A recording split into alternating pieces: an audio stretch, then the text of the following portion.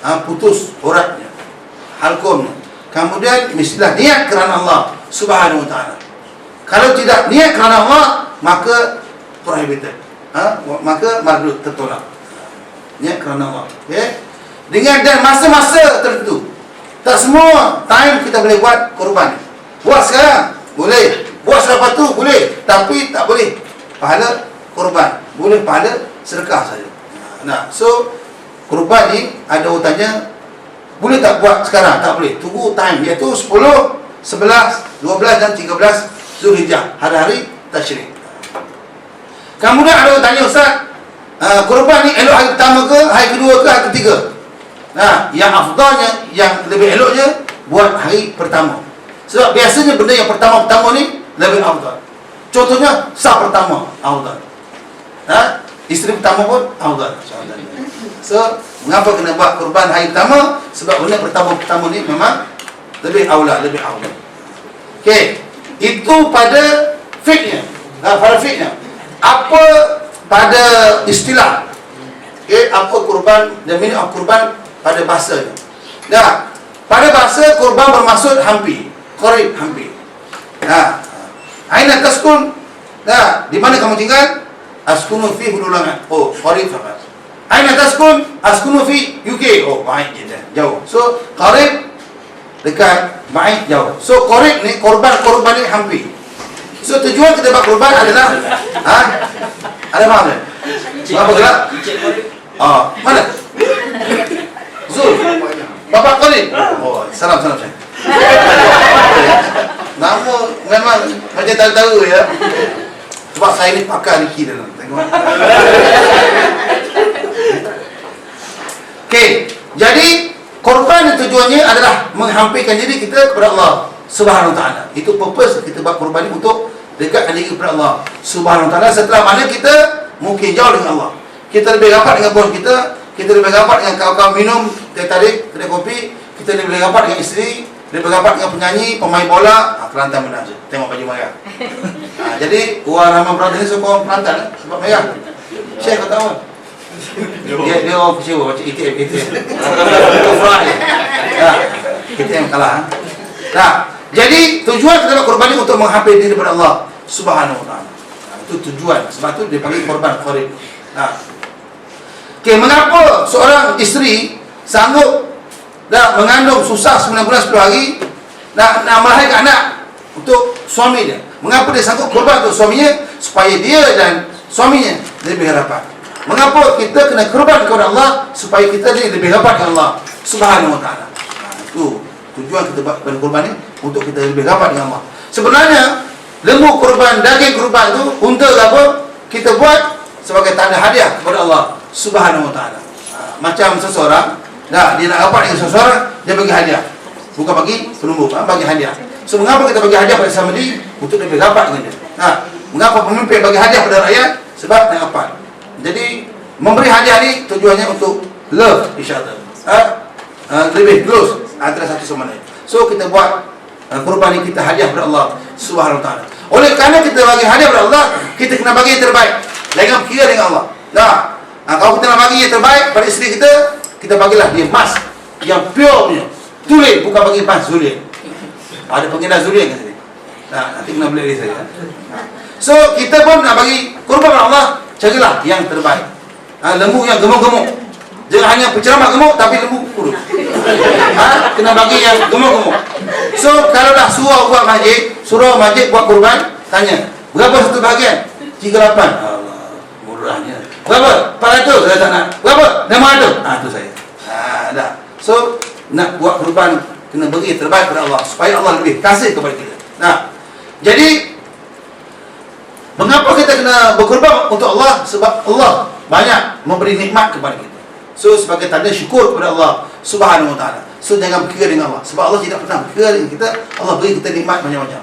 Macam CMB lah, kita pasang lampu lebih-lebih sampai B, sila bayar. Kita pakai Selcom, hello, Maxi, hello, kena top up sampai saja B dah. Tapi Allah tak pernah berkira yang kita. Saya dah umur 40 tahun, saya bangun tidur tak ada pula terima bil. Tak pernah lagi. Hello, sahabat bosan, sila bayar bil nyawa. Kacau.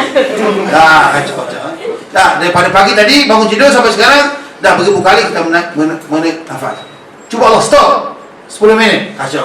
So Allah tidak pernah berkira kita jangan berkira dengan Allah Subhanahu Wa Taala. Tapi ada orang kata, Ustaz, ini kurban satu bahagian 400. Mahal tu Ustaz. 400 ni kalau top up handphone banyak tu. Kalau beli tonggeng banyak tong. Ataupun pergi makan nasi Arab dekat Sabah Jaya Sabak tu. Dah. Jadi sayang Ustaz 400. Tuan-tuan, kalau kita kurbankan duit RM400 satu bahagian, dah lembu Allah ganti kita dengan rezeki yang lain. Keluar 400 dapat 4,000. Mana tahu? Bila dapat lah. Wait lah, tunggulah lah. Min haitsu la yahtasib, Allah akan beri rezeki yang lain. Kalau Allah tak bagi duit pun, Allah bagi kita ketenangan, dapat isteri yang taat, anak yang baik dan semua, dan dapat kawan-kawan yang sporting. Jadi apa makna kurban? Iaitu sembelih berdasarkan kurban tertentu, dengan niat tertentu, cara tertentu, dengan syarat-syarat tertentu.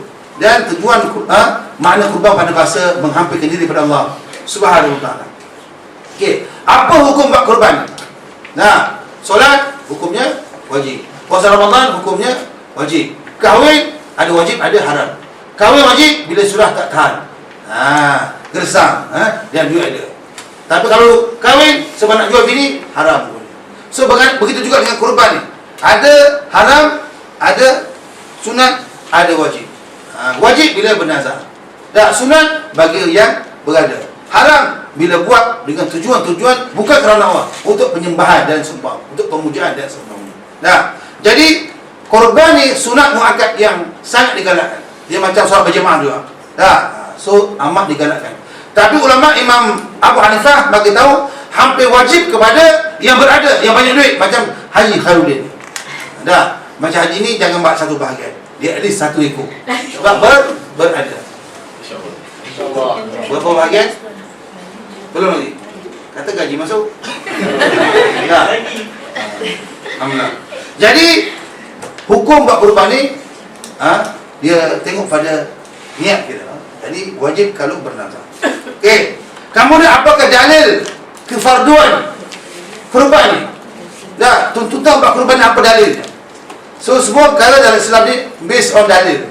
Tak boleh buat gitu-gitu pandai-pandai je. Mengapa solat? Mengapa kita keluarkan zakat? Aqimus solah wa atuz zakat. Mengapa pergi haji umrah? Wa atimul hajja wal umrata lillah. Ada dalil. Mengapa puasa Ramadan? Surah Baqarah ayat 183. Kutiba alaikumus shiyam. So semua ada dalil. So apakah dalil daripada ni ibadah kurban? Apa dalilnya? So ayat yang kita biasa baca semua dah tahu. Bismillahirrahmanirrahim. Inna a'tainakal kautsar fassalli li rabbika wanhar. Inna syani'aka huwal abtar. Maksudnya, wahai Muhammad, Nabi kita Muhammad SAW, wahai Muhammad, kami telah beri kamu banyak nikmat. Nikmat yang macam-macam nikmat ni. Kesihatan ke apa, sahabat-sahabat yang ramai, harta banyak.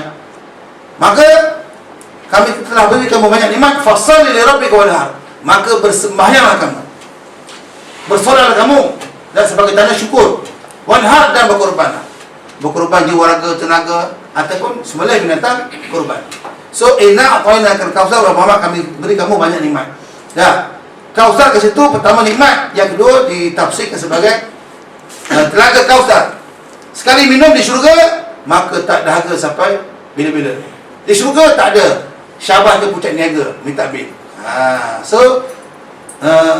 Oleh kerana Allah telah beri Nabi banyak nikmat, Allah perintahkan Nabi supaya bersolat. Fassalli li rabbika wanhar, bersolat kamu sebagai tanda syukur atas nikmat Allah. Dalam Quran sebut, innani anallah, akulah Allah, la ilaha illa ana, tidak ada Tuhan melainkan aku. Fa'budni wa aqimus salata li dzikri. Maka kamu kena sembah aku, kena solat kepada aku sebagai tanda ingat padaku. So kalau orang tu kata ingat Allah tapi tak solat, itu bohong. Solat tanda ingat pada Allah.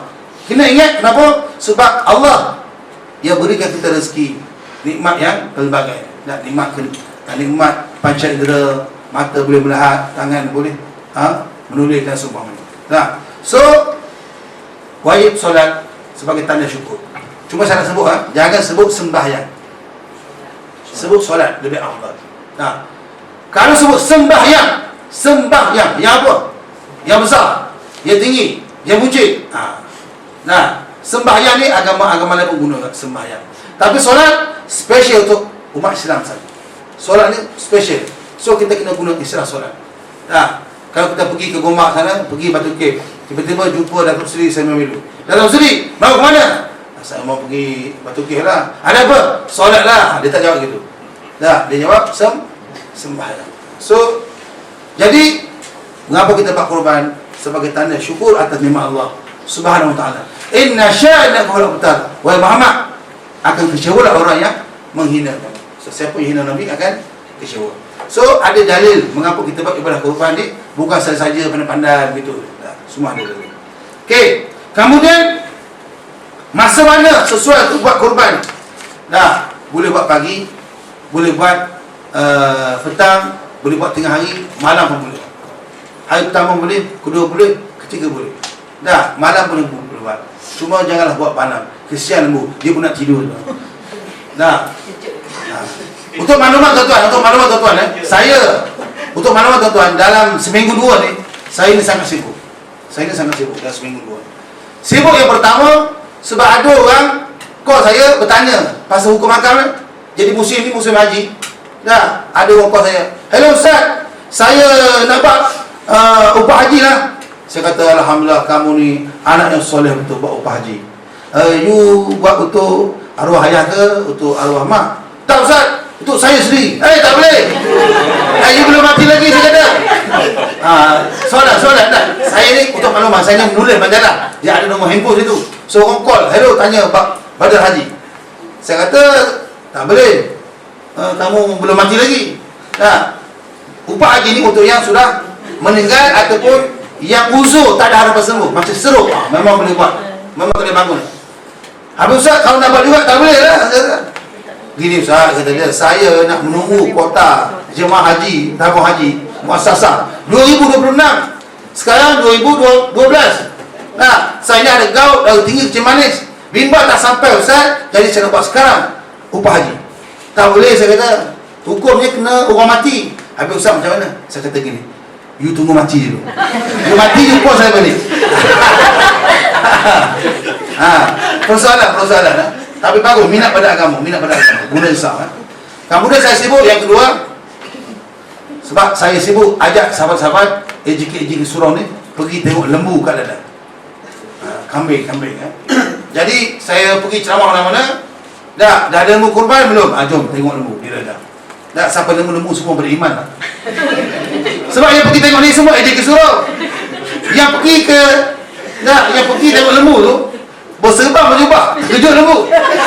Jadi lembu pun beriman, alhamdulillah. Tapi kambing haji lagi kuat iman sebab memang berjanggut. Nampak Jadi sibuk sikit. Walaupun sibuk, sempat juga datang bersama-sama dengan tuan-tuan. Yang dahsyatnya, satu seorang ke AJK Surau, lepas subuh dia call saya. Hello Ustaz Abu, ni saya nak pergi tengok lembu. Awal lagi ni pukul 6.30. Ustaz, saya nak tolak sekarang. Saya kata sabar dulu, jangan datang sekarang, lembu tak bangun lagi. Macam-macam semangat korban. Jadi muslimin sama kan. So sekarang kita bincang pula di mana afdal kita buat korban ni. Di mana afdal? Kemboja ke? Vietnam ke? Palestin ke? Myanmar ke? Rohingya? Somalia ke? Palestin ke? So yang saya kaji, ini yang saya kaji, ini saya belajar di pondok dulu. Yang tuan-tuan kaji itu tuan-tuan punya pasal. Saya bagi tahu apa yang saya tahu. Yang saya tak tahu, saya tak bagi tahu sebab saya tak tahu. Yang tuan-tuan tahu, simpan dulu. Ceramah lagi. Kalau tuan tahu tentang korban ni, lain kali ceramah. So sekarang saya ceramah. So jangan nak debat sini. So ini bukan sidang parlimen. Itu dia. Ada nak debat dah. Saya bagi tahu apa yang saya tahu lah. Yang tak tahu, simpan dulu. Ataupun kita pergi minum kat luar. So sebenarnya korban ni elok buat tempat kita cari rezeki. So kalau tuan-tuan cari rezeki di Selangor wilayah ni, korban kat sini. Dia sama juga kes zakat fitrah. Zakat fitrah di mana kita cari rezeki, kat situ dah kita keluarkan. Tak payah balik Kelantan. Boleh. Balik Johor boleh. Tapi afdal kat sini. Kita bercakap benda yang afdal. Sebagai contoh. Kalau saya datang ceramah, saya tak pakai kopiah. Saya ceramah agama tak pakai kopiah. Pakai selojing. Rambut tarik. Boleh tak? Boleh. Sebab al-ilmu fil kutub, al-ilmu fil sudur wala fil kutub. Ilmu di dada bukan di kitab. So, ilmu kita tahu sikit-sikit. Kita boleh ceramah walaupun tak pakai serba jubah. Tapi yang afdalnya, mengapa saya pakai serban jubah? Sebab ini sunnah. Nabi afdal lah. Sunnahnya sebalik, satu di kepala, satu di bahu. Tapi ada orang tu, setengah tu, di kepala, di bahu, di pinggang. Macam dalam silat dia. Ada juga. So, sebagai contoh, macam khutbah Jumaat. Dah, kan di masjid dia naik mimbar tinggi tu. Dah, tak naik pun tak apa. Tu bawah, ceramah bawah, no problem. Tapi afdalnya naik atas. So, tuan-tuan, kita nak cari afdal. Termasuk dalam daripada kurban. Dah, kalau lah zakat, afdal bayar tempat sendiri. Kalau meninggal, tuan-tuan saya bagi tahu, kalau meninggal, dah, elok dikebumikan tempat kita bekerja, cari makan. Tak payah balik ke Johor, balik ke apa? Kena sewa bil jenazah pula. Kos mahal. Dah. So sama juga kurban, elok kita buat di mana kita cari rezeki. Bukan di Kemboja, bukan di Myanmar, Filipina dan sebagainya. Nak buat, nak tolong Myanmar boleh, nak tolong Kemboja boleh. Tapi hantar duit buat sekolah, buat hospital ke, nah, ataupun hantar duit beli pam air sedut. Nah, so saya dah pergi 2 kali di Kemboja. Bila saya pergi sana, dah masuk perkampungan orang Melayu Islam kita, Kampung Cam. Dah bila saya sampai sana, semua pakai tengok saya tengok. Dia pelik tengok saya. Sebab apa kat sana tak ada yang pucik, semuanya kurun. Jadi bila kita pucik sikit, dia glamour. Tapi saya hari ni bukanlah berkeseorangan. Sahabat kita bersama. Tapi dia lebih mantap perjuangan. Sahabat, tanya. Okey. So, afdal buat di sini kurban. Mengapa afdal buat sini? Mengapa afdal buat sini? Pertama, orang yang buat kurban tu seeloknya dia sembelih sendiri lembu tu. Kalau berani lah. Sembelih sendiri. Yang kedua, dia boleh makan 1/3. 2/3 dia dermakan, 1/3 dia makan. Yang makan semua, jangan pula derma semua. Kurban, derma semua. Dia makan 1/3, 2/3 dia dermakan. Okey. Kemudian orang yang buat kurban ni, dia afdal pegang lembu tu, gosok-gosok biar lembu tu kenal dia. Sebab lembu kurban ni ataupun kambing kurban unta ni akan menjadi kenderaan dia di pada mahsyar menuju ke syurga. Kalau dia buat kurban di Kemboja, dia tak kenal lembu tak kenal dia. Di pada mahsyar, tunggu aku nak naik. You siapa? Lembu tak kenal kita. You siapa? Aku dah tuan kamu. Saya tak kenal. Tapi kalau lah kita buat kurban kat sini, kita sudah gosok-gosok lembu pun sudah tengok kita daripada mahsyar. Ya, naik, sila naik. Terus masuk ke syurga. Cuma seeloknya yang saya baca kitab, seekor lembu untuk seorang. Berkorban apa saja. Tapi sahabat-sahabat kita banyak seekor lembu untuk 7 orang. Jadi di syurga pada mahsyar 7 orang naik lembu. Nyaya betul. Nyaya betul lembu. Dan antara tapi lembu di syurga ni power. Bila saya bawa sahabat-sahabat pergi ke ladang lembu, dia tanya, Ustaz, jenis lembu mana yang elok kita pilih? Saya kata elok pilih lembu Brahman. Lembu ni ada banyak jenis. Lembu KK. Lembu KK tahu lembu KK? Kedah Kelantan. Ini Thailand punya lah. Lepas tu lembu Brahman. Saya kata kalau nak pilih lembu, elok pilih lembu Brahman. Sebab apa? Telinga dia panjang. So, bila dia pada mahsyar, naik lembu, pegang telinga, merepek masuk syurga. So, ini semua ada hikmahnya. Okay. Muslimin sama lakin. Okay. Yang penting sekali, mengapa saya kata afdal buat sini, sembelih sini? Sebab yang buat kurban tu afdal dia tengok lembu tu disembelih. Kemudian sebaik-baik darah tu terpacut kena ke bumi, pada saat itulah dia tahu dosanya terampun. Dosa yang buat kurban, bukan yang sembelih lembu tu. Yang sembelih lembu dia sembelih je kerana dia tak join. Tapi yang buat kurban tu dia tahu sebaik saja lembu tu darah terpacut kena ke bumi, dia tahu saat itu dosa yang terampun. Dia boleh sebut alhamdulillah ataupun sujud syukur. Tapi kalau dia buat di Kemboja, buat di Myanmar, buat di Brazil, dia tak tahu lembu tu bila kena sembelih. Hari pertama ke, hari kedua ke, hari ketiga ke, ataupun malam ke, tengah hari ke. So dia tak tahu bila nak sebut syukur alhamdulillah. Dia pihak penganyur pun tak ada masa nak call kita. Hello, Ustaz Bosan, get ready, lembu nak kena sembelih. So elok kat sini sebab kita tengok sendiri lembu tu kena sembelih. Nah, so tuan-tuan yang saya baca kitab afdal buat sini. Nak tolong kemboja, nak tolong masalah yang lain, nak cara lain, hantar duit dan sumbang. Nah, okey, sekarang kita bincang pula siapa yang kena buat kurban. Nah, yang pertama Muslim kan? Muslim. Okey, yang kedua mesti waras dan tidak gila. Yang orang yang boleh buat kurban ni mestilah waras dan tidak gila. Orang gila tak boleh buat kurban. You bayangkan tuan-tuan, dia gila, lembu gila, bergaduh, kacau. Untuk keselamatan, orang waras saja yang buat kurban. Okey, kemudian yang berada macam Tuan Haji Khairul itu afdal buat kurban. Saya ceramah buat kurban. Sebab saya tidak berada, dia buat kurban, saya ceramah buat kurban. Okey, so kita bincang apakah tujuan, purpose, reason mengapa kita buat ibadah kurban. Yang pertama, untuk membersihkan diri kita. Sebab manusia ni la yakhlu an khata'i wa nisyan. Sentiasa buat dosa, maka kita kena bersihkan. Saya nak bagi tahu, korban ni kita buat akhir tahun. Betul tak? Sebenarnya bulan Zulhijjah ni bulan akhir tahun. Ini Islamnya. Yang Disember tu itu masih punya. So mengapa kita buat last? Last ni ada hikmahnya. Okey. Dan kita Islam ni bulan pertama bulan apa? Muharram. Dah hijrah tu. Bulan Muharram, Safar. Dah kita banyak dosa daripada bulan Muharram, Safar banyak dosa. Dosa mengumpat lah, dosa tertengok perempuan lah. Dah terkata, terkutuk, terambil lah dosa-dosa kita. Okey. Jadi dosa kita terampun bila kita puasa Ramadan. Tapi masalahnya dosa terampun bulan Ramadan dah terampun. Bulan Syawal buat pasal pula. Pandai ada pengalaman ni. Bulan Syawal buat pasal kata dia. Nak pergi open house, sibuk pergi open house, jam miss solat.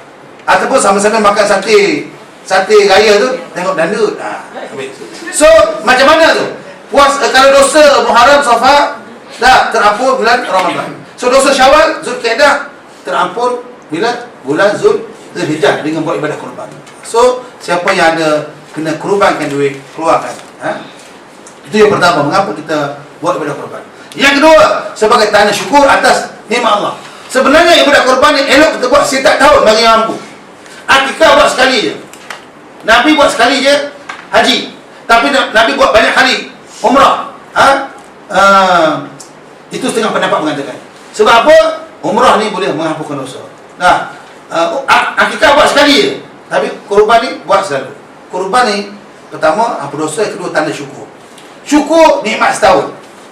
Kita tahun ni dapat bonus, syukur. Tahun depan dapat bonus lagi, syukur. Dapat pula Ramah Brothers bawa kita pergi melancong, syukur. So buat kurban ni setiap tahun. Akikah sekali sama itu. Cuma saya nak bagi tahu sikit pasal akikah ni. Ada orang tanya, Ustaz, kalau dah tua-tua boleh tak buat akikah? Sebenarnya akikah ni lahir saja anak dah hari ke-7 fi yaum as-sabi' kita buat akikah. Tuzbahu anhu yaum as-sabi'. Sembelih kambing hari ke-7. Wa yahqu ra'sahu, potong jamur hari ke-7. Wa yasamma fihi, taruh nama hari ke-7. Tapi kalau yang dah tua-tua tak buat akikah lagi, boleh buat. Katalah dia umur dah 50-60, teringat pun. Dulu arwah ayah bagi tahu, ayah tak ada duit nak buat akikah untuk kamu. Kamu nanti besar buat syirilah. Dia teringat. Maka yang tua-tua ni boleh buat akikah untuk diri sendiri. Tapi jangan heboh satu kampung. Malu tuan. Jadi tuan-tuan yang belum buat akikah, datang ke saya punya ladang, Sabu, saya nak beli kambing, nak buat akikah. Tapi untuk saya, Sabu. Bagi tahu syarat. Jadi saya pun sebelah kambing, ni akikah untuk tuan-tuan. Tapi ingat tuan-tuan, tuan-tuan pesan pada saya, Sabu, rahsia, biar pecah di mulut, perut yang kita dulu. Supaya tak heboh satu kampung kita buat akikah. Tuan-tuan buat kenduri, panggil saudara mara datang. Ni kenduri apa ni? Syukur. Saya tahu akikah, malu kamu ni. Okay. So akikah tanda syukur dapat anak. Akikah syukur dapat anak. Korban syukur dapat bonus, dapat rezeki, dapat kahwin lagi dan seumpamanya. Okay. Begini Muslimin saya melakukan, kita sambung lagi kita punya perbincangan. Mengapa kita buat korban akikah? Ni pasal akikah tadi Saya nak bagi tahu pentingnya anak zuriat kita ni. Orang dapat naik pangkat baru, dia tak wajib buat akikah. Rumah baru tak wajib buat akikah. Nah, dia dapat isteri baru pun jangan buat akikah. Kalau buat akikah kecuali satu kampung. Tapi kita tuan-tuan dapat anak buat akikah. Nak bagi tahu anak ni lebih bernilai daripada harta kita, kereta baru kita. Nah, dapat harta banyak, naik pangkat, rumah baru pun tak wajib buat akikah. Tapi dapat anak baru kena buat akikah. Okey, nak bagi tahu penting anak aset kepada dunia akhirat. So kena didik anak betul-betul. Kena didik anak betul-betul. Okey. Yang ketiga, mengapa kita buat kurban ni? Untuk memberi makan kepada fakir miskin. Ustaz, ada orang tanya, Ustaz, kat Malaysia ni ada ke fakir miskin? Ramai tuan-tuan. Yang fakir miskin yang terima beri tu, miskin lah tu. 3,000 miskin. Saya nak bagi tahu, saya ni ada 3 tahun pengalaman sebagai konsultan jiwa untuk lembaga zakat Selangor. Asnaf penerima zakat ni, yang miskin-miskin ni, miskin bergaduh kerana kewangan. Nak bunuh diri pun jumpa saya. Jadi saya ni dilantik oleh lembaga zakat Selangor 3 tahun sebagai kaunselor kejiwaan. Tapi kadang-kadang saya sakit jiwa, menguruskan apa ni. Sebab di Selangor ni, di Selangor ni kalau gaji 2,000 tu fakir. Kalau 2,000. Nah, rakyat terima zakat. Kalau 3,000 miskin. Kalau 4,000 sesak. Saya ni sesak ada tolong. So, mengapa kita buat kurban ni? Untuk bagi makan kepada fakir dan miskin. Boleh pahala insya-Allah. Nah, dan Nabi bagi tahu ada 3 cara untuk kita tolong sahabat-sahabat kita. Tak kira muslim ataupun non-muslim. Nah, terutama yang muslim. Nabi kata amalan terbaik adalah idkhal surur fi qalbi mu'min. Kasih orang happy. Nabi kata, ada orang tanya, ya Rasulullah, apakah amalan terbaik? Kerja terbaik? Nabi kata idkhal surur fi qalbi mu'min. Kasih orang happy. Terutama orang Islam. Macam mana cara nak kasih dia happy? Yang pertama, ya terudu anhu ju'an, hilangkan kelaparan. Dia mungkin dah lama tak makan, kita bagi dia makan sate kambing, sup giabok, bahagia je. Tahu sup giabok? Kalau boleh sup giabok tu Ustaz, yang tulang besar tu, sediakan straw sekali sedut. Itu kalau seminggu mengamalkan makan sup giabok tu, confirm kena stroke ni. Kemudian cara nak tolong sahabat lain selain bagi makan, yakshifu anhu karban, hilangkan stres. Sahabat-sahabat stres, hilangkan. Sebagai contoh, kita pergi hospital Ashukiam. Ni apa sakit? Saya sakit jantung. Tak lama sembuh. Ada sahabat saya sembuh. Ni sakit apa ni? Saya hemodialisis buah pinggang. Ada orang tu biasa 3 kali, 4 kali seminggu, 4 kali sebulan. Sekarang dah sekali sebulan. Sekali sebulan. Kita legakan dia. Sakit apa? Sembuh. Jangan pula, sakit apa ni? Jantung. Tak lama ni. Mati terus. So hilangkan stres sahabat-sahabat. Ya. Kemudian yang terbaik juga adalah yaqdilahu dainan, tolong bayar hutang dia. Dia berhutang, kita tolong bayar. Berapa hutang? 1,000, tolong bayar. Syekh, tak betul sahabat. Berapa tahun dah kenal dia? Setahun, 2 tahun. Banyak tahun. Tolonglah bayar hutang dia. Boleh, tolong bayar hutang dia. Boleh benar lah. Habis dia tu. Tapi sebenarnya tolong bayar hutang kawan ni lebih afdal daripada bersedekah. Sebab Islam utamakan brotherhood, love each other. Dan menolong seseorang ni bukan hanya terbatas kepada sesama muslim, juga non-muslim. Okey. Apa lagi faedah mengapa kita buat ibadah korban? Menggalakkan yang kaya supaya menderma. Orang kaya ni sibuk korporat teknokrat. Pagi breakfast KL, lunch kat Singapura, dinner kat US. Sibuk betul, naik flight saja. Terupa nak pergi surau masjid, terupa nak menderma. Kita pakai tahu, Tan Sri derma. Baru teringat. Gitu. So terupa, bukan tak nak derma, terupa sebab very busy. So menggalak orang kaya menderma. Sebenarnya bila tuan-tuan kaya, jadi ada kepuasan bila boleh membantu adik-beradik saudara mara. Ustaz dia suruh orang kaya, ustaz dia ceramah pasal kaya, tapi ustaz pun tak kaya. Tuan-tuan saya dah lama kaya. Tak percaya pergi rumah saya, banyak kaya cicak putih, bahagia. Yang keempat, yang kelima, mengapa kita buat ibadah korban ni? Sebelah lembu, sebelah kambing, sebelah unta. Sebab semangat gotong royong. Sebab itulah kalaulah surau kita masjid dekat-dekat buat ibadah korban ni, join lah sekali. Jangan tidur kat rumah pula tak cerita. Tengok TV. Join sekali. Yang pegang lembu boleh pahala. Pegang lembu boleh pahala. Nah, sembelih lembu boleh pahala. Masak lembu boleh pahala. Pegang kaki lembu kena tendang lagi banyak pahala. Tapi yang makan pun apa kurang. Saya bab makan serah pada saya. Saya pakar pemakan. Okey. Kemudian apa lagi? Saya nak bagi tahu mengapa kita elok buat kurban kat sini. Ini handphone murah tu. So tolong. Sebab tu bunyi lah. Tolonglah. Ya. Okey, lalu pula. Tapi yang saya nampak mengapa kita buat kurban kat sini elok? Sebab semua dapat manfaat ni. Kalau kita buat di Kemuja, orang Kemuja dia dapat manfaat. Tapi kalau kita buat sini, banyak sahabat-sahabat kita sendiri yang buat dapat manfaat. Pertama, bila kita buat kurban sini, beli kambing sini, peniaga kambing yang supply kambing dapat untung. Yang buat sewa lori dapat untung. Nah, kemudian yang jual tali untung. Yang buat catering untung. Yang jual santan, herba, cili untung. Yang jual golok pun untung. Tahu golok parang. Jadi saya pernah orang call, "Hello Sabu, nak golok ke? You nak bunuh aku ke? Tak nak beli golok ke?" Ayat tak betul. Nak golok ke tanya. So yang jual golok pun boleh pahala. Saya ni tuan-tuan untuk makluman, 9 lembu ni biasa. 9 orang belum lagi. Okey, tapi yang penting sekali bila kita buat ibadah kurban ni adalah syiar.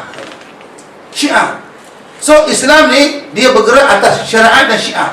Tak boleh syariat saja tak ada syiar. Syiar saja tak boleh, kena ada syariat.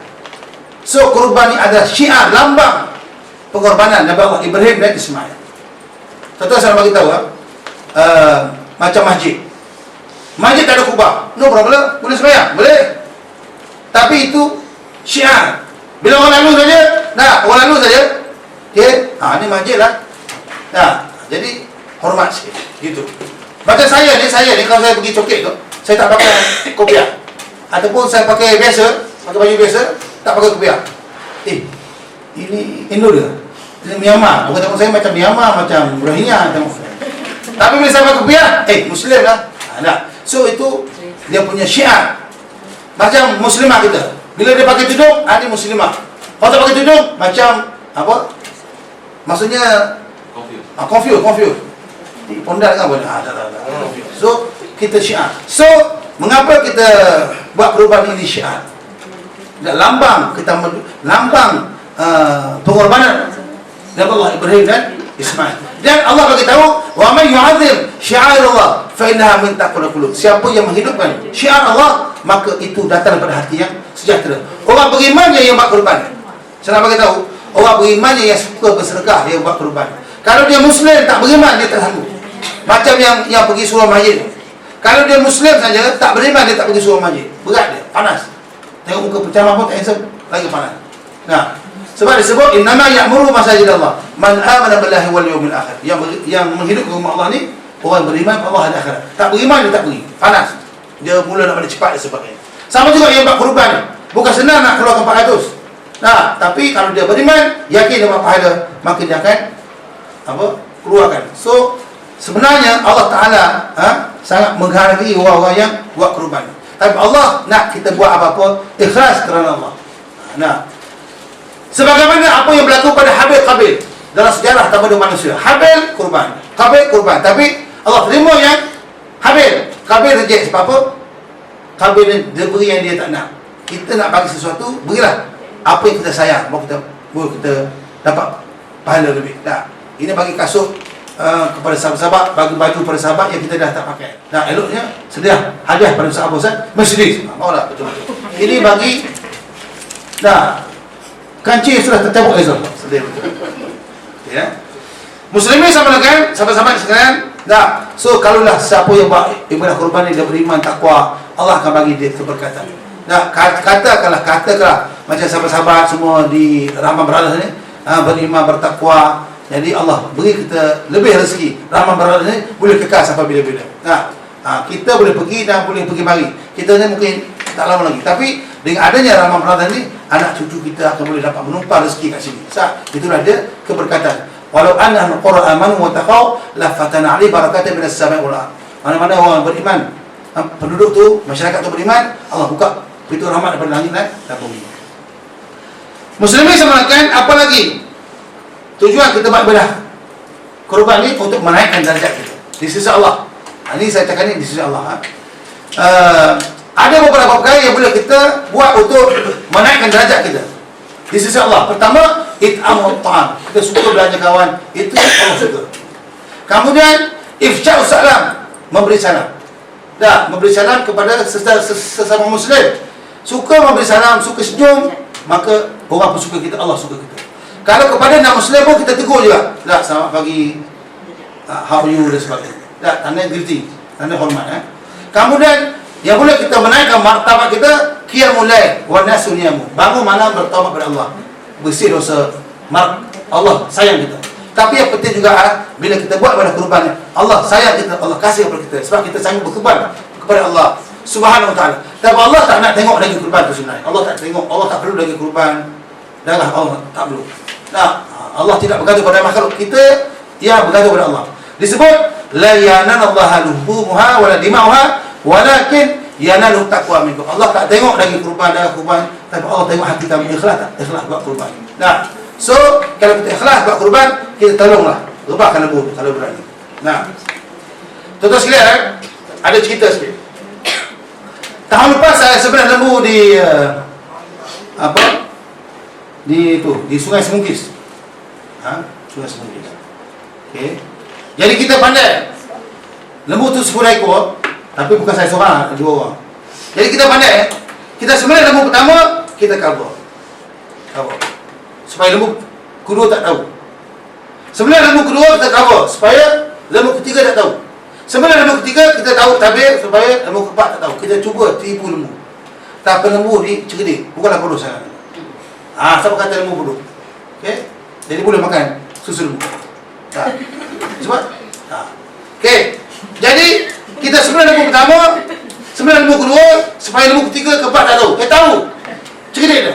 Jadi bila begitu, lembu kelima ni sudah memberontak. Dia cuba menanduk.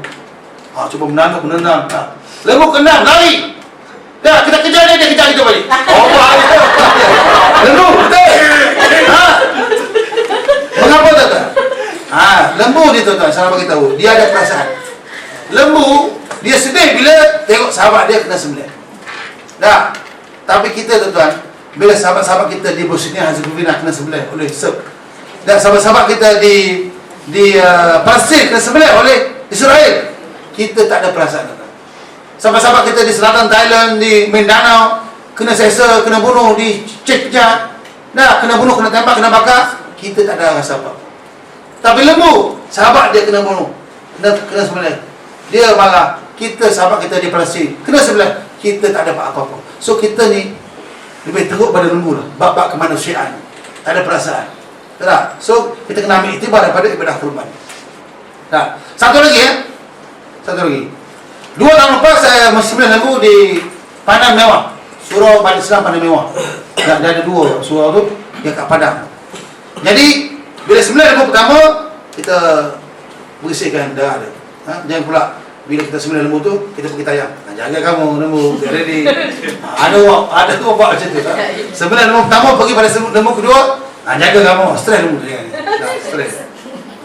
Jadi kita sembelih lembu, pasuk. Nak sampai lembu keempat, bila saya nak sampai giliran lembu keempat tu, ada budak datang. Ustaz sembelih lembu kan? Ustaz tak kesian ke? Saya pun gabrak. Tak kesian ke? Ustaz tengok lembu tu, muka dia sedih. Budak tu kata, saya pun bagi tahu, adik, Ustaz ni pakar jiwa, pakar riki, pakar metafizik. Lembu tu sedih adik, bukan sebab nak kena sembelih, tapi dia sedih tahu kita yang sembelih dia. Apa pula hal pula, dia lah sedih Ustaz sebab dia kena sembelih. Lembu tu kalau boleh bercakap, dia akan bagi tahu. Kata lembu, aku sedih tengok manusia. Aku kena sembelih, confirm aku masuk syurga. Tapi kamu sembelih aku, maka aku masuk hospital sebab darah tinggi. Okey. Tapi kita tak mengkaji dia punya lembu dia punya apa, minat dia. Kita boleh tengok lembu ni kalau color merah dia marah. Lembu ni color merah. So jangan pula pakai baju Rahman Brothers nak pergi ke kepala. Betul, sebab apa? Merah ni warna jin, merah ni warna jin. Warna jin. Dan merah ni warna penyakit. Merah ni warna penyakit. Sebab apa? Darah dah merah, merah lagi, double merah. Kursi pula merah. So, merah ni warna penyakit. Tak percaya, lampu merah, langgar. Confirm kena langgar. Faham tak? Ni pakar warna. Okey, jadi Muslimin saya mulakan, kita nak bincang sikit sejarah pengorbanan Nabi Allah Ibrahim dan Ismail. Nah, jadi Ibrahim ni bermimpi dia kurbankan anak atas perintah Allah. Maka Ibrahim tak terus pergi sembelih Ismail. Mimpi dia terus pergi sembelih. Kamu duduk tidur ke, duduk makan ke? Nah, bincang dulu. So apa-apa sebelum kita buat apa-apa untuk anak kita, kita kena discuss. Nak sekolah ke mana, nak belajar ke mana, kena bincang dulu. Jangan buat keputusan sendiri. Ayah, parent kena discuss dengan anak apa nak buat untuk anak-anak. Maka kata Ibrahim, ini arafil manami ini azbahuka fazur ma zata. Ayah mimpi ayah sembelih kamu. Apakah pendapat kamu? Maka anak yang soleh, anak yang baik bagi tahu pada ayah dia, if'al ma tu'mar. Nak sembelih lah. No problem. Nah, satajiduni insyaallah min sabirin. Ayah akan dapati saya ni termasuk orang yang sabar. Saya boleh sabar. Nah, maka disembelihlah Ismail. Ceritanya bila sembelih Ismail takluk.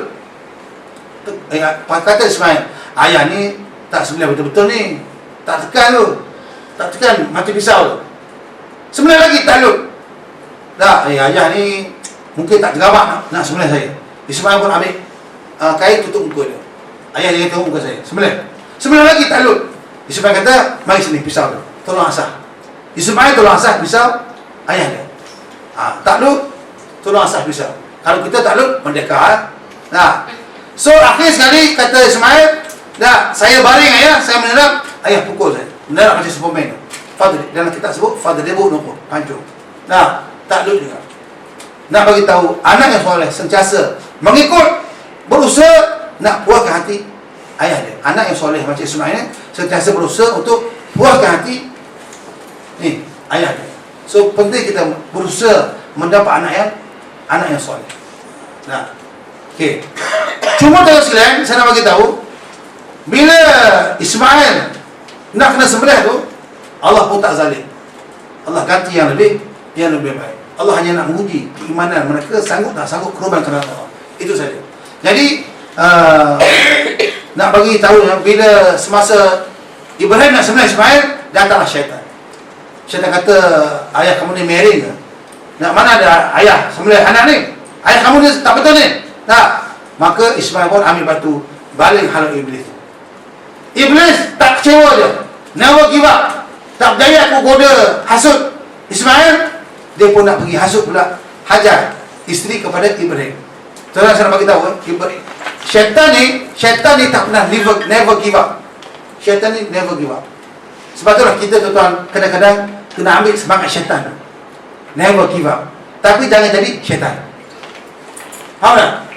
Kena faham tu. Syaitan never give up. Yes, jadi tapi kita ni pendakwah kita mudah give up. Nega tak kaya-kaya, berhenti nega. Dakwah tak nak, ladak kamu lah. Tapi syaitan goda Ismail, tak nak, goda pula Hajar. Dia ni never give up syaitan. Tak. So semangat itu kena ada. Supaya kita sentiasa berjuang. Kalau Nabi give up, kita semua ni kita apa-apa. Tak. Jadi Hajar pun ambil batu baling syaitan. So apa yang sahabat-sahabat kita jemaah haji Dhuyufur Rahman buat di Mekah tu, melontar jamrah tu semangat daripada perbuatan Ismail dan Hajar tadi. Melontar. Dah kadang-kadang ada sahabat tu dia ambil batu melontar dengan marahnya sebab dia ingat syaitan ke situ. Sebenarnya syaitan bukan ke situ. Syaitan cerdik buat apa di situ. Nah, syaitan dah lari dah.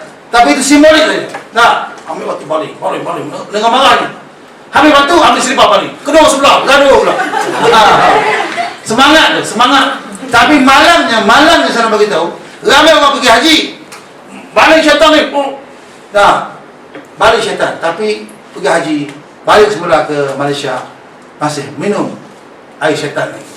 lidah aurat, rasuah, tipu dan seumpamanya. Faham tak? So kita kena ambil iktibar daripada ibadah kurban, ibadah haji. Ada iktibar yang banyak sebenarnya. Muslimin sama dengan saya nak sebut sikit pasal ibadah umrah ke haji ada kaitan dengan kurban ni. Tak, sahabat-sahabat kita pun buat kurban kat Mekah kan. Jadi macam Mekah ni, sebenarnya Mekah ni bumi tanah rendah. Mekah ni tanah rendah. Jadi kalau daripada Madinah nak ke Mekah tu memang dia makin menurun. Kaabah tu tanah rendah. Tapi yang perasan adalah dia bebas. Kita dah tidur dalam bas. Sepatutnya labbaik Allah tapi tidur dalam bas. Tanah rendah Mekah. Maksud apa maksudnya? Maksudnya bila kita nak menyembah Allah, nak mengenal Allah, rendahkan hati kita. Jangan sombong. Satu lagi, Kaabah tu kosong tu. Saya baca buku lah dengan orang kata kosong. Saya tak boleh masuk. Dah, kalau PM boleh masuk lah kan. Jadi kosong Kaabah tu, tak ada apa situ. Allah bukan kat situ. Kita bukan sebab Kaabah tu. Dah, Kaabah tu kosong. Apa maksudnya? Maksudnya bila kita nak menyembah Allah, jiwa kena kosong. Lupakan dunia. Dah, ini Allah Akbar, dia ingat, oh gaji boleh masuk. Dah, Allah Akbar, daripada nak cocok duit. Tak boleh. So, Kaabah kosong, simbolik, jiwa kena kosong, kena menyembah Allah. Jangan lupakan dunia. Sementara ingat Allah. Nah, macam tawaf, pusing tawaf. Nah, dia ada rukun Yamani sebagainya. Nah, tawaf pusing tu. Itu macam mesin basuh. Kalau mesin basuh, pusing, keluarkan kotoran. Nah, baju yang kotor jadi putih. Kalau kita tawaf pusing, apa maksud? Keluar, hilangnya dosa-dosa kita. Sebab tu kita kena pergi. Dan kalau kita pergi sana, kita tahu hikmah-hikmah. Macam sa'i kan, Safa Marwah. Ada hikmah juga. Ada hikmah Safa Marwah. Sebagai contoh ya, Hajar cari air, Safa Marwah cari air, itu Ismail. Dia cari air Safa Marwah. Tempat lain cari air, tempat lain pula timbul air. Pelik kan? Tempat lain cari air Zam-Zam timbul tempat lain. Kadang-kadang kita belajar benda lain, kerja benda lain. Tapi Ustaz Syukri dah belajar usul fiqh, dia mengajar, dia kerja bahagian travel, Rahman Brothers. Sesuai, memang sesuai. Saya elok janggut di panjang saya. Ada orang saya nak bagi tahu, Hajar cari air tempat lain, air Zam-Zam timbul tempat lain. Kadang-kadang kita bertunang dengan orang lain, kahwin dengan orang lain. Ada pengalaman? So, kadang-kadang kita kempen orang pergi Mekah. Kempen orang beli projek, beli rumah, kita kempen orang lain pula kita siapa-siapa datang beli rumah. Nah, ajak kita, maksudnya itulah fitrah begitu. Allah tentukan rezeki, kita hanya usaha.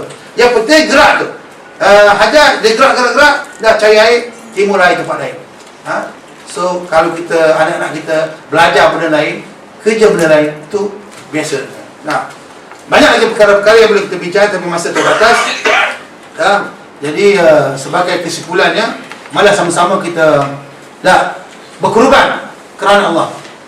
Ulama sebut orang yang budiman ni allazi yabzulu hayatahu aw rahatahu fi khidmatil mujtama'i bashar. Orang yang hebat ni orang yang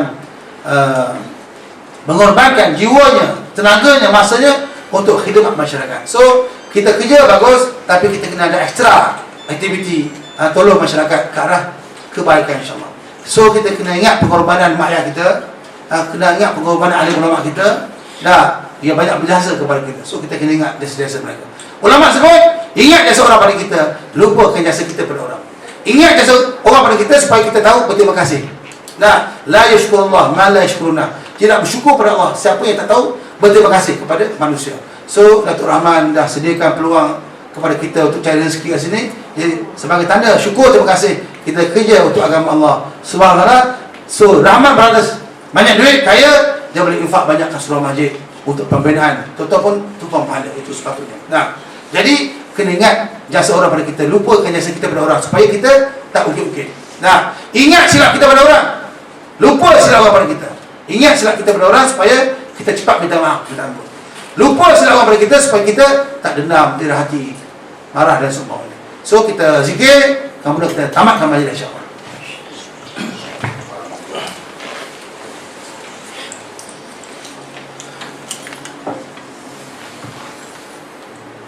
Kita zikir syiar Allah. Kita salawat.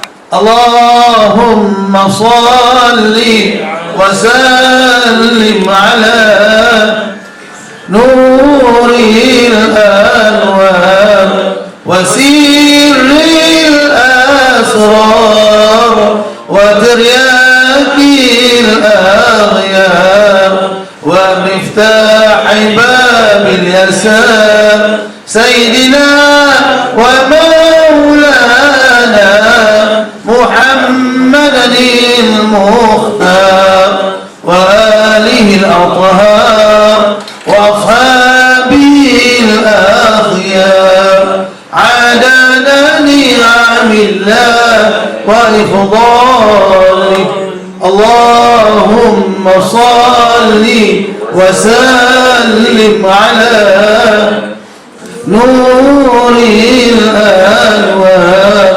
وسير الأسرار وترياق الأخيار ومفتاح باب اليسار سيدنا ومولانا محمدا المختار وآله الأطهار وأصحابه الأخيار عدد نعم الله وإفضاله. Alhamdulillah. Semalam saya pergi ke Melaka. Ada seorang Habib Syekh As-Saghaf. Dia ada menyanyi lagu Ya Hanana. Tahu? Pernah dengar lagu tu? Tak tahu? Tuan-tuan cari dalam YouTube, dalam Facebook, ada lagu Ya Hanana, Ya Hanana, Ya Hanana, Ya Hanana. Saya sedang praktis. So, kita jumpa lagi. Mudah-mudahan soalan. Kalau saya boleh jawab, saya jawab. Kalau saya tak sempat, saya jawab dalam majalah. Lepas 3 bulan, keluar. Ada soalan? Tak ada. Ada. Baru ni saya Bak apa ni? Kahwin. Ini bukan kahwin kan? baru ni saya dengar dalam ceramah. Ya. Festival di Sabah. Ya. Lepas tu ditanya ustaz. Ya. Okay. Dia cakap peserta-peserta yang menyertai korban ni masuk dia 1 Zulhijjah hingga 10 Zulhijjah Ya. tidak digalakkan untuk potong kuku, potong bulu. Ada kan? Dia ada hadis tu kan? Dia nak kongsi lah. Dia antara 1 Zulhijjah sampai 10 Zulhijjah ni dia punya ada adab dia. Ada adab dia. Saya belum pasti. Tapi ada hadis yang menunjukkan bahawa fajilat antara 1 Zulhijjah hingga 10 Zulhijjah. Tapi biasa bila kita sebut Zulhijjah, orang lebih ingat kepada haji dan kurban. Wallahu alam. Kena rujuk balik. Ada lagi soalan? Saya. Suami saya nak buat korban untuk dia. Ya. Tapi dia dah ada korban jugalah tahun ni. Ya. Bapak saudara dia yang buat. Ya. Lepas tu saya suruh dia buat atas nama saya. Boleh? Dia bagi duit tu kat you. Dia dah pergi. Dia sebenarnya begini, korban ni kita boleh buat kat sini kita buat, kat Kemuja kita buat, boleh. Tapi kalau katalah kita dah selalu buat sini, nak buat di Kemuja boleh. Tapi kalau duit banyak, sini buat, sana buat, lagi boleh. Tapi nama saya boleh Ustaz? Boleh. Guna duit dia. Boleh. Jadi ni abang bagi you duit, you buatlah korban, boleh macam. Dan dia buat untuk dia macam saya biasa buat, kat sini buat, kampung buat. Boleh buat. Tapi kalau tuan-tuan nak buat di Kemuja juga boleh. Kalau dah biasa selalu buat sini. Ataupun kalau nak buat Kemuja boleh, dengan syarat tuan-tuan ni memang jenis makan daging kena seru. Buat sana. Ada orang tanya, ustaz boleh tak buat korban untuk yang sudah mati? Arwah ayah kita dah meninggal, so tak payah. So kita tak payah buat, tak boleh buat kepada si mati yang sudah mati. Tahu nama dia. Tujuh nombor seekor, nama si mati. Kecuali upah haji. Upah haji ni dah ada wasiat ke, tak ada wasiat ke, si waris mesti buat untuk arwah ayah. Tapi kalau korban tak boleh buat, kecuali dia tinggalkan wasiat. Ingat nanti ayah meninggal, you kena buat korban. Itu kena buat. Sebab sudah diwasiat. Tapi kalau sudah meninggal, tak payah buat korban untuk si mati. Sebab apa nak buat korban ni, nak beramal semasa hidup, bukan selepas mati. Tapi katalah anak-anak tu buat korban, pahala tetap dapat kepada si mati. Sebab anak-anak ni yang didik anak-anak ni adalah si mati. Wallahu a'lam. Itu pendapat saya. Itu saya punya pendapat. Jangan tanya orang punya pendapat. Itu saya. Sebab saya nak bagi tahu dalam Islam ni, kita yang saya belajar di universiti tu, Syekh saya Profesor Dr. Rifan bagi tahu, kita kalau nak belajar mesti banyak buku, banyak guru, banyak kitab. Sebab mengapa khilaf berlaku tentang perkara furuk ni? Sebab banyak kitab, banyak guru, berbeza segi tempat belajar. Nah, bahasa belajar pun bahasa. Ada orang belajar agama dalam bahasa Arab, ada orang belajar agama dalam bahasa Malaysia, ada belajar agama dalam bahasa Urdu, ada belajar agama dalam bahasa Inggeris. So hadis sama, kitab sama, tapi pemahaman kepada hadis, mata hadis tu berbeza. So seeloknya kalau kita belajar agama, kita belajar pelbagai. Saya dulu belajar pondok lama sebelum masuk universiti, belajar di Mahat, belajar pondok. So saya belajar satu mazhab Syafi'i. Bila saya masuk UAE, jadi tahun pertama, tahun kedua tu saya jadi marah. Sebab kita belajar mazhab Syafi'i. Ada sahabat-sahabat di UAE, di Universiti Islam Bangsa ni, yang belajar sana orang Sudan, orang Libya, orang UK, orang Thailand, orang Indonesia, orang Jepun, macam-macam mazhab. Jadi mereka macam-macam. Kita kunut, dia tak kunut. Kita marah lah. Kita tarkim, dia tarkim, tak nak dia. Kita tahlil, dia tak nak bahan ni. So tahun pertama, tahun kedua saya jadi marah sebab dia tak nak join kunut. Ada tu tak ada doa selepas solat kan. Tapi setelah saya masuk tahun 3, tahun 4 kita belajar fiqh usul fiqh, jadi kita lebih open sikit. Jadi bila begitu saya pernah pergi ke China. Saya pernah pergi China 11 hari di China. Di China dia suruh saya jadi imam dah. Ada kat rumah kan. Jadi saya tahu orang China ni dia mazhab lain. Mazhab Syafi'i kalau subuh kena kunut. Di China dia mazhab lain. Kunut tak ada. Jadi saya imam sana. Ketika itu saya tak baca kunut. Mereka ikutlah. Sahabat saya yang pergi, sahabat saya yang Cina tu, saya ajak dia, jom tahlil. Dia tak nak. Jadi dia tak nak, tak apalah. Di Cina sana, saya tak kunut sebab saya tahu sana memang tak kunut. Tapi dia bila mari sini dia kunut.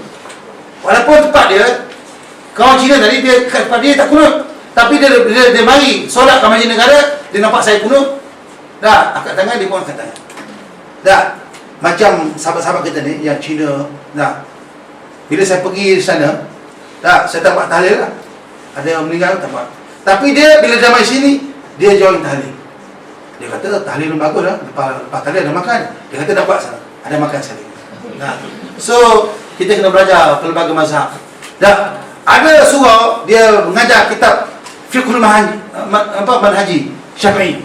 Saya kata Syekh elok akan mengajar juga kitab karangan Syekh Dr. Wahbah Az-Zuhaili Al-Fiqh Islam wa Adilatuh. Dia macam-macam mazhab supaya kita tidak taksub pada satu mazhab. Sampai kita menuduh orang tu ni tak sah ni, padahal itu satu mazhab. Bahkan dalam saya dulu Jakim, saya pernah masuk mesyuarat majlis fatwa. Saya masuk bukan sebagai ahli majlis fatwa, susun kitab, susun buku, susun air, susun file. Jadi mesyuarat fatwa apa bagi tahu, tak semua kita ikut mazhab Syafi'i. Macam tawaf. Kalau ikut mazhab Syafi'i, kena ambil wuduk ialah banyak sebab tersentuh-sentuh. Macam zakat fitrah. Kita tak keluarkan Duit.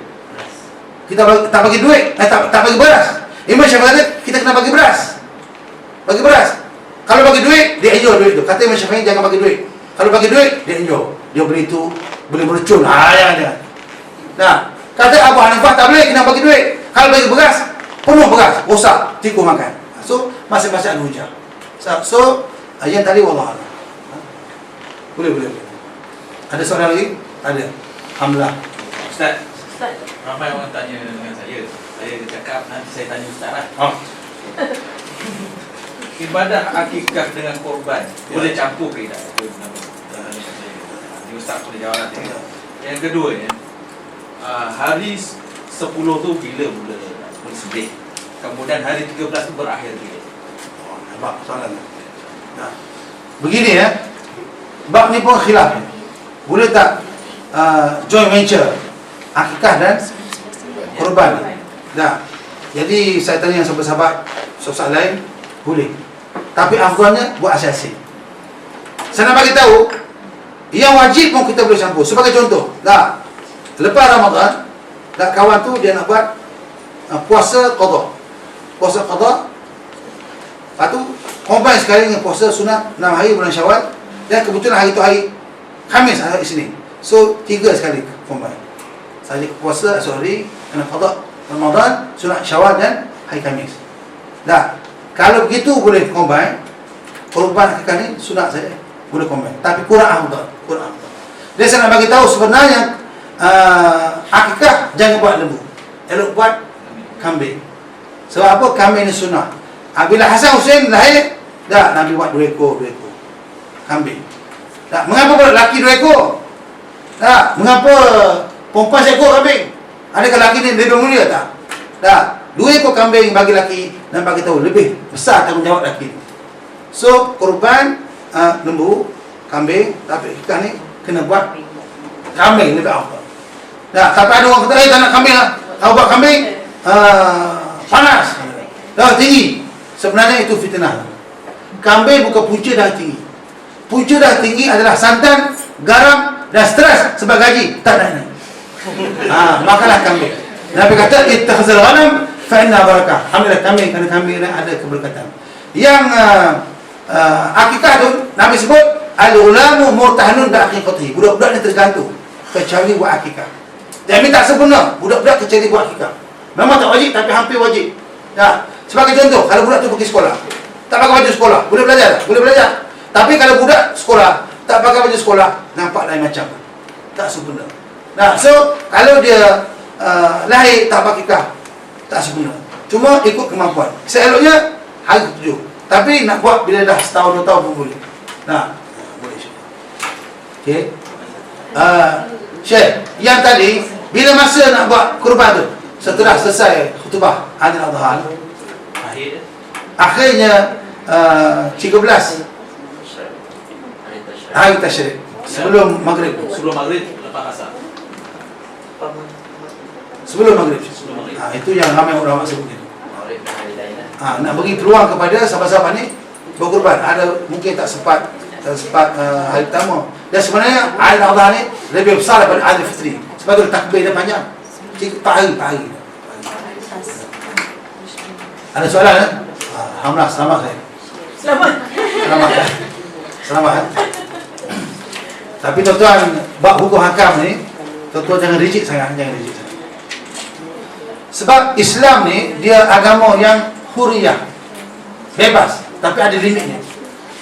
Islam kata buat kurban. Cara bahagi daging dia tak rigid. Nak masak apa? Terpulang. Nak masak kurma ke, masak kicap ke, masak tom yam ke, masak sup, terpulang. Tak ada pula hukumnya mesti sup. Tuan-tuan, kalau buat kurban jangan pula paksa dia terima daging. Okey, aku bagi you 2 kilo ni. Okey, mesti masak sup sebab mentang-mentang dia minat sup, paksa kau tu buat sup. Pulanglah. Terpulanglah. Dia bebas. Ada yang tanya, Ustaz, boleh tak daging kurban tu simpan lama-lama? Saya kata kurang afdal. Yang saya baca kitab, Nabi makan sekali. Tapi ada antara sahabat-sahabat kita sampai 5-6 kilo simpan dalam peti ais. Tuan-tuan, saya nak bagi tahu, seeloknya makan sekali. Kalau tuan-tuan dapat banyak kilo, 5-6 kilo, 2 kilo ambil, yang 4 kilo tu carilah mana-mana sahabat kita Bangladesh ke Myanmar yang Muslim macam. Jangan simpan. Sebab apa?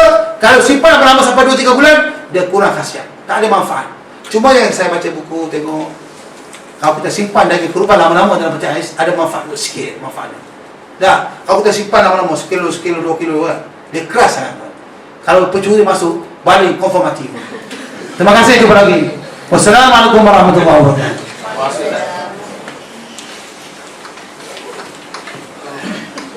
Bismillahirrahmanirrahim. Alhamdulillahirabbil alamin. Wassalatu wassalamu ala Muhammad wa ala alihi wa sahbihi ajma'in. Ya Fattah ya Alim ya Rabbal alamin. Ya Allah, Tuhan kami, ampunkan kami ya Allah. Maafkanlah kami ya Allah. Ampunlah dosa-dosa kami yang banyak itu ya Allah. Selamatkanlah kami ya Allah, keluarga kami, isteri kami, suami kami, anak-anak kami ya Allah. Selamatlah atuk nenek kami, saudara mara kami, adik-beradik kami ya Allah. Selamatlah para majikan kami, para pekerja kami ya Allah, rakan-rakan sekerja kami ya Allah. Selamatlah muslimin muslimat di seluruh dunia ya Allah. Ya Allah Tuhan kami, permudahkanlah segala urusan kami ya Allah. Kabullah segala hajat-hajat kami ya Allah. Tunaikan segala permintaan kami ya Allah. Ya Allah Tuhan kami, terimalah amal ibadah kami, terimalah pengorbanan kami ya Allah. Ikhlaskanlah niat kami ya Allah. Masukkan kami dalam syurga-Mu ya Allah. Selamatkan kami daripada api neraka-Mu ya Allah. Ya Allah Tuhan kami, elakkan kami daripada penyakit-penyakit berjangkit ya Allah. Elakkan kami daripada kemalangan-kemalangan berbahaya ya Allah. Rabbana 'alaika tawakkalna wa ilaika anabna wa ilaikal masir. Allahumma rabbana zalamna anfusana wa illam taghfir lana wa tarhamna lanakunanna minal khasirin. Ya Allah Tuhan kami mohon kepada-Mu ya Allah. Kalau kami lemah, kuatkanlah kami ya Allah. Kalau kami takut, beranikanlah kami ya Allah. Kalau kami sedih, gembirakanlah kami ya Allah. Kalau kami lapar, kenyangkan kami ya Allah. Kalau kami miskin, kayakan kami ya Allah. Kalau kami malas, rajinkanlah kami ya Allah. Kalau kami berdosa, terimalah taubat kami ya Allah. Kalau kami jahil, tambahlah ilmu-Mu kepada kami ya Allah.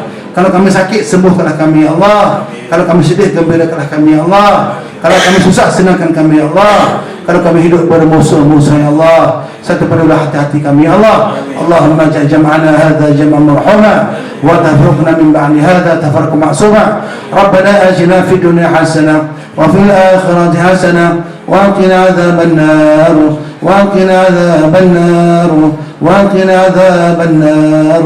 Wa sallallahu ala sayyidina Muhammad walhamdulillahi rabbil alamin. Taqabbalallahu minkum.